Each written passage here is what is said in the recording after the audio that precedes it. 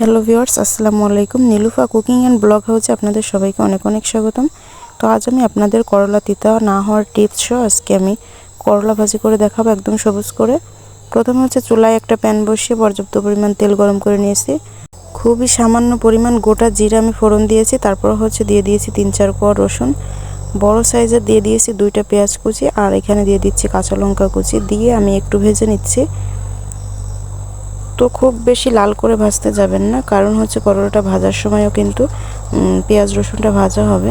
এই করলাটা আগে থেকে কেটে একটু ধুয়ে নিয়েছি ভালো করে। তারপর দিয়ে দিচ্ছি তেলের মাঝে।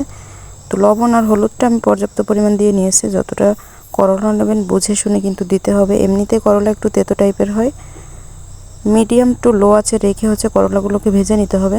এখানে কিন্তু ঢাকনাটা কখনোই ব্যবহার করতে যাবেন না, সেক্ষেত্রে কিন্তু করলা ভাজিটা তিতা হয়ে যাবে। আর ঢাকনা দিলে করলার যে কালারটা, সবুজ কালারটা কিন্তু আর থাকবে না। করলা কিন্তু আমাদের শরীরের জন্য খুবই উপকারী। তো অনেকেই আছে তিতোর জন্য কিন্তু খেতে চায় না। তো এই তেতো না হওয়ার টিপসও আজকের যে ভাজিটা আমি আপনাদের সাথে শেয়ার করেছি, অবশ্যই একদিন বাসায় ট্রাই করবেন।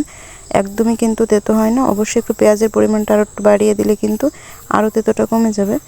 চেষ্টা করবেন প্রত্যেক দিনে ভাতের পাতের জন্য করলার যে কোনো একটা রেসিপি থাকে। তো আমি আজকে যেভাবে ট্রাই করেছি, অবশ্যই একদিন বাসায় আপনারাও ট্রাই করবেন। আশা করি আপনাদের কাছে অনেক অনেক বেশি ভালো লাগবে। তো ভিডিওটি যদি ভালো লেগে থাকে, ভিডিওতে অবশ্যই একটি লাইক করবেন।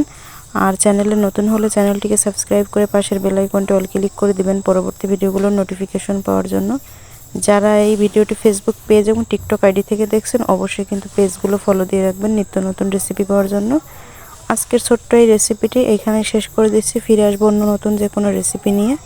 সে পর্যন্ত সবাই অনেক বেশি ভালো থাকবেন, সুস্থ থাকবেন, আমার জন্য দোয়া করবেন। আল্লাহ হাফেজ।